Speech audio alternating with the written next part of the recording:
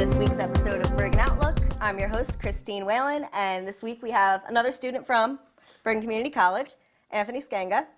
How you doing, Anthony? Good, Christine. How are you? Good, good.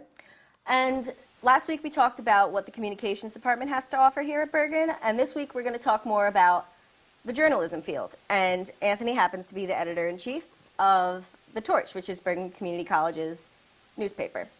How long have you been doing that for? I've been editor-in-chief for about a year.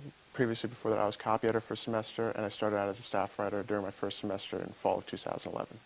Okay, so that's a lot of positions, and you have a history of doing this. You over at Ridgefield Park High School, you were also on the newspaper staff. Yes, it was rather late too. It's something I picked up during late my junior year, and then my senior year, I took a news writing course. And I had never really written journalism style before that, but it's something I got very interested in and enjoyed, and realized when I started college, it's something I could definitely major in and see myself doing going forward. Right. And now on your first semester as a freshman, you joined the Torch right away? Actually, yes, actually even before that, because I visited Bergen during my senior year late there, and I saw a sign for the Torch. I was like, this would be great. And then I picked up a copy and saw it was 24 pages. And that was intimidating, given that in high school, my paper was 4 pages, black and white, simple. Yeah. So I was like, I'll just be happy to get just one article printed and published. Right. And I joined and started writing, and really started off well. Did you ever think that you'd be editor-in-chief? Never in a million years. Right. Never. What did you start out doing? Being a staff writer, mostly covering news events. My first article was on a tuition hike back in the fall of 2011, and I think it was an interesting article. It was definitely investigative, and the editors liked it, and it got in the front page. So that was even more of a surprise. Oh, that's exciting. And that gave me more motivation and confidence to continue and then look at editorial positions. Mm-hmm. Now, what exactly is, because I personally don't even know exactly, what is editor-in-chief? It's basically combines the editing aspect with the managing aspect, because the editors themselves in news, features, copy, they have more of the grammatical, checking for word errors. My job is to go over everything they've done, check that there's no libel, everything there's true, so we don't get sued or in trouble for that. But also in terms of setting deadlines, making a budget, entering awards, planning events, trips and functions, because we go to a couple of conventions throughout the year. Mm-hmm. So it's very encompassing towards just not the writing aspect, but also in terms of planning everything. So you're the mastermind of it all? Yeah, but I have a lot of good help as well with the whole team. That's good. That's good. Have you ever had any problems with things not being true, or any aspect of that? In terms of libel, no, thankfully. There's been, in the office, yeah, you always have, in any workplace, you've had, issues, but it works out. And meeting deadline was tough back in the fall. We've had a couple of late editions, but the last 3 or 4 have been really excellent. How do you work out the deadlines? Do you go by season? How many do you go by semester, month? We do 4 editions a semester, so 8 a year. 4 a semester? Yeah, 1 for every month. What we do first is we create a story budget with all the different articles that we want to do, and then we have staff meetings where we give them out to writers. We set a deadline, usually a week after that. It's about a 4-week process. Okay. With the first week being the writers do their articles, send them to the editors. Editors have about a week and a half to completely edit them, and that goes through about 4 editors. So if it's a news article, it'll go to the news editor, then copy, then co, and then me finally. Okay. And then to layout. Now, layout gets a week, and they design a paper. And that's really the bread and butter of the whole operation, because that takes the longest. But what is that, like the actual graphic design of it? Yes, it uses InDesign on a Mac, and it takes about a week and a half, because we start out with 20 blank pages. Okay. And then we have to place everything, put in the ads. Uh-huh. And then at that point, we take another couple looks at the finished product, and we send it to the printer and get it back. What program on a Mac do you use? InDesign CS5. Now, do you have to buy that, or does it come on the Mac? Can you download it? The computers we have in the office have it bundled on. If a student would want to pick it up, it's a pretty expensive program. Not sure the exact price, but it's in a couple of hundreds of dollars. Uh-huh. But it's very encompassing. It definitely, anyone who's looking to lay out a paper or any kind of magazine design, it's the go-to program. Right, that's interesting. You'd recommend, what other systems would you recommend those looking into journalism to start working on? Well, systems, it would more be like, a lot of it's web online, so you've got to have, which most students do, a social media presence. Google Docs is huge, because a lot of people Really? Google Docs? I just used that for the first time last week, and I couldn't figure it out for the life of me. Yeah, it's tough at first, because you have to get the whole process of anyone can see it and edit it, which is good when you have a team of people, because instead of having to constantly email a Word document, you can share it, send it to the next editor, you look over it, multiple people can edit it, and that way it's a quicker process. And I think a lot of newsrooms use that too in local papers. So it's something you want to get down while you're learning here. Oh, I'm surprised you said that. That's really interesting. I couldn't figure it out at all. So that's the way that it works. You're able to upload your own file, and then do you have almost like a buddy list type thing where whoever is listed can view your document and edit it? You can share it. So if you write it in the document, what you do is you have your document there, and then in the corner there's a tab for share. You hit share and you put someone's email address in. They'll receive an email that you've got a new document, and then they can see it. And you can both work on it at the same time, or if another person's looking at it, they can work on it alone. So it's very compatible in that way. Very interesting. Okay, that's good to know. Very good to know. How do you guys go about getting your ads? We have an ad manager, and we use a program called Refuel, which helps us locate advertisers who would be interested in marketing with us. We have a lot of ads from local four-year schools who are looking to get transfer students. So there would be our #1 advertiser. We have a couple of restaurants as well. Moe's, the burrito place on 17. I haven't tried it yet. Yeah. Moe's Southwest Grill, is that what it's called? They've advertised for a couple of times. So, but yeah, it's mostly educational things. And we also run free in-house ads for clubs around campus and events. Oh, that's good. That's good. And now you mentioned that you're in charge of placing yourself in positions to win awards. How do you do that? And do you have to pay to do that, or do you have to be accepted into the program? Well, we receive emails from various organizations like the Society of Professional Journalists and New Jersey Press Foundation alerting us to the various collegiate awards they have. And there's usually an application fee, but the school takes care as part of our budget. Okay. And we've been very fortunate in the last 3 or 4 years in terms of winning awards. Yeah, tell me about that. I'd like to know what kind of awards you've won. Yeah, sure. Last year and this year, we just actually found out about 3 weeks ago, we won an award for Best Paper in the Northeast region from the Society of Professional Journalists. We're not sure of the placing yet, but it encompasses Pennsylvania, New York, New Jersey, all the way up to Massachusetts and Maine. So that's something we've been successful with. We usually place very well statewide, and we'll find out actually this afternoon where we placed in that. Oh, good. Fingers crossed. Yeah, hopefully. Last year, we won about 12 awards, so we're looking to keep including. Wow, and that was all while you were editor-in-chief? No, last year I was copy editor. You were copy editor, okay. But we won Best Layout and Best Overall Paper, so hopefully we can, knock on wood, keep that up again for this year. Good for you. Congratulations. Thank you very much. That's good. And how big is your staff? We have an editorial board's 10, and the staff is comprises, I'd say, about 25 writers, and then we have a class that has another 10 to 15 students. Okay, that works. Well, we're going to head to a commercial break now, and when we come back, we'll talk a little bit more about what the Torch is doing here at Bergen and what else Anthony is up to on his journey through journalism. We'll be right back. Welcome back. I'm Christine Whelan on Bergen Outlook, and we have Anthony Sganga here from the Torch, and we were just talking about awards that the Torch has won and how big the staff is, and now we're going to talk about what's coming next with the Torch. And not only do we have the newest edition of the Torch coming out this Monday, but the elections for the Editorial Board are coming up. Yes, they are. There will be about 2 weeks. In 2 weeks, okay. And for the first time ever, it's a little chaotic because the entire editorial board is graduating. So we're going to have to refill 10 whole positions, and that election's 2 weeks from now on April 16th.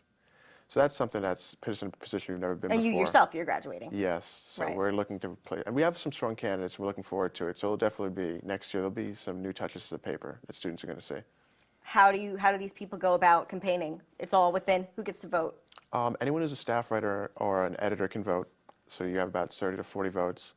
The announcer candidacy is about 3 weeks before the election. They have to give a speech, and then we do a bit of a Q&A because we find out backgrounds. And it's all within the staff? Yes, you have to written 3 articles to be eligible to run.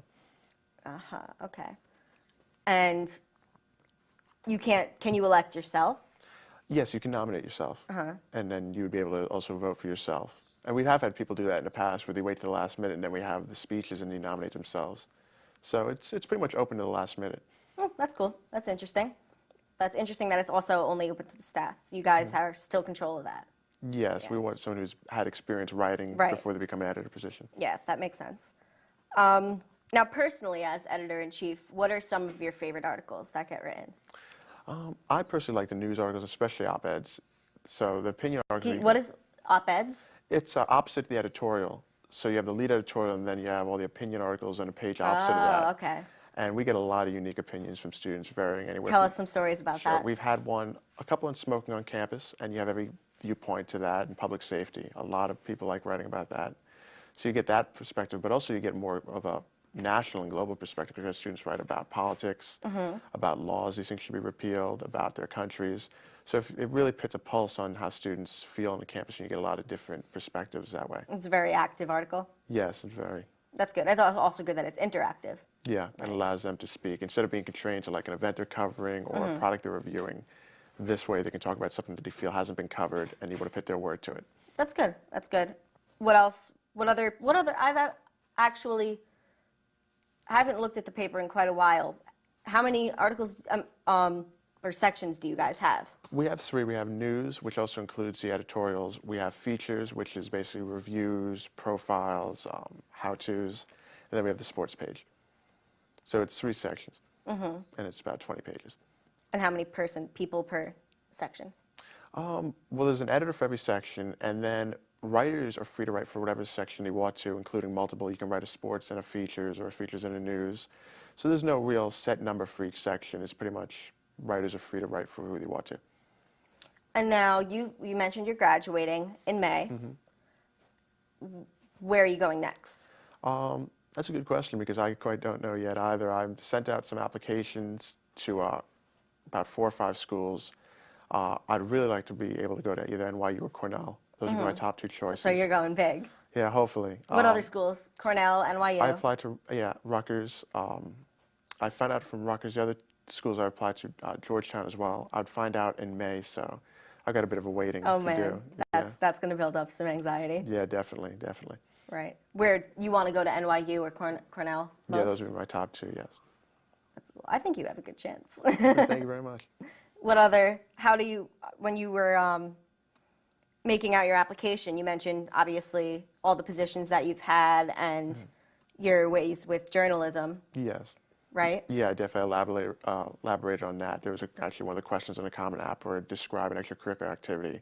So I spoke about the Torch and taught how that built up skills in both communications and journalism. And so it was definitely helpful in that aspect. And when you go off, you want to also obviously work on their paper. Definitely, wherever I go.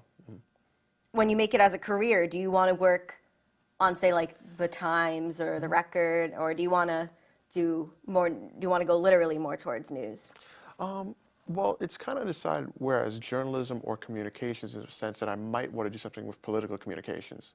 And if I stick to journalism, it would be political journalism, so it would be in the news aspect. Do you ever think about doing TV, or are you strictly writing? Probably not. Yeah, I'm definitely a better writer than I am in terms of in front of a camera. That's good. That's good. Now, politically, you favor politics. Yes. And why? Why do you favor politics? It's just something I've always been interested since I was younger. It's something important that I think a lot of people don't follow enough of. And if you follow it, it's very interesting to see who's making the rules, who's in office, what their plans are, and just also the competitive aspect of following an election. Whereas you have 2 people from totally different viewpoints, and they're trying to get that message across. And it's important to definitely help them get that message across so everyone has all the options presented. And so you definitely hope to influence this generation in the aspect of politics, right? Influence, I wouldn't say influence, but get them to At be least get more, them interested. interested and get alert them to more what's interested. going on would definitely be some goals. So you're more interested in the nation's politics regarding presidency and everything. Yeah, presidency, Congress, even to local levels, still people should definitely be following and be active. Good. I agree with you. Also, when you go off, like I said, you want to work with a paper, right? Are you talking about when I go to another college? No. When you go off for a career. Possibly, yes, but I'm also thinking about political communications being in a press department of a campaign, because being a journalism major... Oh, really? You want to work with the press? Yes, could also lend to that career path into something that when I transfer, I'll probably take courses in that as well in a more broad communications field. That's interesting. And describe that just a little bit. Well, what exactly would you be doing? Oh, I'd be dealing with the press in and out today, getting the message out for that campaign, and it's nonstop. I mean, and that's what I like. I wouldn't want to... You like the demanding... The intensity of it, so there'd be constantly never stopping where you're either getting a message out, you're responding to something someone else said, and it's just a 24-hour news cycle that really gives you something to keep track of. Very cool. Yes, so back to Bergen's Torch and your ways with journalism here. how do you feel about the journalism courses that are offered here at Bergen? I think they're good. I think we could definitely offer some more. I think it's pretty limited in the sense that there's about 3 just plain journalism courses. You have Intro to Journalism, you have the Torch class, and then you have, actually those are the only 2 because the rest are basically communications courses. So I think if there could be a couple, actually the third one was copy editing, which we just added this year. So that's another one to get students alert to that. What exactly is copy editing? It would be the grammatical sense of it and creating, like a copy editor for a paper would be the one who does the grammatical edits, the AP style edits, and he would also be in charge of headlines and captions. Interesting. Okay. Well, when we come back, we're going to tell you how you can join the Torch, just in case you're interested as a journalism student. We'll be right back. Welcome back, everybody. We have Anthony Sganga in the studio today, who is the editor-in-chief of Bergen Community College's newspaper, The Torch. And we're going to tell you how you could join the Torch if you're a journalism student who's interested in it. Sure. A problem with that is, ironically, a lot of students who are journalism majors don't write for The Torch. And it's very important for them if they want to get that experience is to have clips ready. So for any journalism majors out there, you should definitely join a paper just for that purpose, so they have actually written articles to show for that. Clips, you mean published articles that Yes. they've had? And a portfolio that would really be helpful when you go off to either to another school's journalism program or to even write for even the local paper, still want at least 5 to 10 articles that show that you've had the experience. But for students here who want to join the Torch, they can come to our office in SC 111 in the Student Center. SC 111? There's no set time of the year, so anytime they want to come in. Oh, really? There's no deadline if you miss it or anything? Yeah, we always, anytime students are welcome, we can hand them a story. And we'd add them to the mailing list, and they can start immediately. That's interesting. Okay. And now for other upcoming journalist students, what kind of courses would you suggest for them, or any professors that you personally favor? Well, Give any shout-outs? Sure. I would say Lou Wheaton. He teaches the Intro to Journalism and Copy Editing courses, as well as the Torch class, which is another way for students who are looking to join. You can take that, because that's a good primer, because that way you can... So you don't have to be on the Torch to be in the Torch class? No, you can take it as an elective even if you're not a journalism major. And that's a good way for students who are maybe a little shy or nervous about seeing their name in print right away to write a couple of articles, see how it is, get some more lessons, and build up that confidence to send something. So that is basically just an intro to, it warms you up to what it would be like to be on the Torch? No, actually, it is a Torch. It's kind of in a way that a lot of what the people write in there, we take and put in a paper. But at the same pace, if someone we can see is just starting out, we'll take them aside, we'll train them, and let them build up their writing skills to a level that could be printed. So that's a class that I would recommend taking. Intro to Journalism. Actually, I would recommend taking the Torch class first, and then Intro, since that's a 200 class. Okay. So that would be the combination you would take. And then if you're looking to be an editor, definitely take copy editing. What other 100 courses do they offer? For journalism, those would be... Or is journalism kind of mostly 200s? Mostly 200, It's mostly 200s, yeah, besides right? the Torch class. Right. So I would say if you're looking for 100 courses, though, a lot of the communications, mass media would be one of them. The TV courses even can give you an idea of news. Writing for the mass media is a third one. So anything in terms of communications will fit in just as equal to giving you that kind of scope and sense of what needs to be in journalism. How did you go about building your portfolio? Do you mostly use your Torch articles? Yeah, for the most part. That was mostly done last year because when you're an editor, it's harder to write and have the time to write as much. Right. So if anyone's thinking about becoming a writer then an editor, I would suggest definitely get a bulk of stuff you want to write done while you're a writer, because once you're an editor, time's a lot more constrained. Right, okay. And have you ever been part of your local newspaper? Actually, no, I haven't. Do you know how to apply for it, or how that would work? That would all go through NorthJersey.com, which is a company, or the North Jersey Media Group, which owns a record, and they own all the local papers. So if anyone's looking to get into that, I know they're always looking for people. So that's very interesting. That's very good to know. Yeah, it's definitely another great way to build up your resume, because that looks equal to anything that you're doing at the college. To balance that with something that you've had a small publication is definitely a plus. Have you ever considered it? I have, but with class and everything, it's just been, too much, yeah. right? Interesting. And just as you, as an editor, with your biggest stresses or being the guy in charge, how do you deal with it? How would you give anybody some advice on that? Just be very good about time management. That's just key, having set dates and meeting them. Because once you are late for one thing, it kind of sets a mindset, all right, I guess if I'm already late, I can be a little more late, and then it builds up, and before you know it, the stress is just multiplied immensely by the slacking off. Do you see that among our staff? How's your staff going? You guys are good with time? Lately we have, and there's times where, because there's so many things. I mean, we all have jobs, we all have classes, so there's definitely times where it all mounts up. For the most part, time management has been very well. Well, that's good. I'm glad to hear that. Yeah, definitely so. What can we expect in the next issue? We have a very interesting front piece profile on one of the artists here. His name is John Gabby. What makes him unique, he's blind and deaf. Whoa, cool. Yeah, and that's going to be on the front of the next edition. It's coming out on Monday.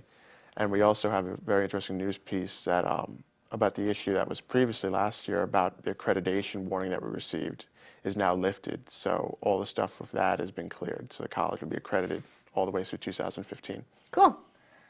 Well, that's very nice. That's all very exciting. So thank you very much for tuning in, and thank you very much, Anthony, for showing up so last minute. No problem. And everyone, keep your eye out for the latest issue of the Bergen Torch. Goodbye. Have a good one.